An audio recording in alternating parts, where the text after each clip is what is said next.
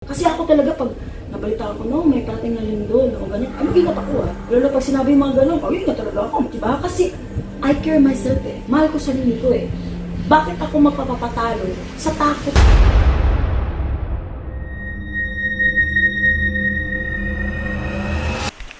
Hello po mga ka-PTV, sa video na ito itatalakayin natin ang 5 lindol na mag-iiwan ng bakas na kasaysayan sa mga residente at sa Pilipinas.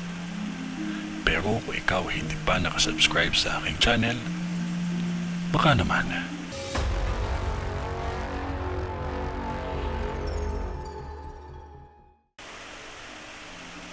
Nakikita ko sa vision ko ang aksidente sa karagatan. Ngunit may nakaligtas at meron ding nasawi. Alam nyo, pag masama ang panahon, hindi dapat kayo pumalaot na. Kahit sa ilog kayo ay mag-ingat din. 4 na lindol ang nakakita ko sa probinsyang ito. Ngunit may isang lindol na yayanig dito na siyang mag-iwan ng bakas sa isang lugar. Kahit ang ulan at hangin ay nagbibigay din ito ng pinsala sa lugar ninyo. Ngunit may poste ako nakikita sa vision ko na babagsak. Malapit ito sa palengke at hindi kalayuan sa chapel o simbahan. Mag-ingat lamang ang lahat.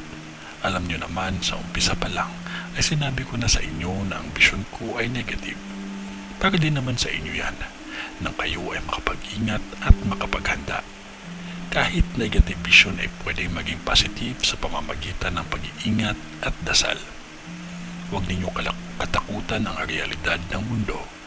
Laging manalangin sa araw-araw nating pamumuhay. Ito ay ang bisyon ni Madam sa Romblon. Kung ano man yun ay wala pa rin makakatalo sa taimtim na panalangin natin sa Diyos Amang makapangyarihan sa lahat. Kaya magtiwala lamang po tayo sa Kanya kasi mahal niya po tayo. Sa ngalan ng Diyos Ama, ng Diyos Anak, at ng Diyos Espiritu Santo. Amen.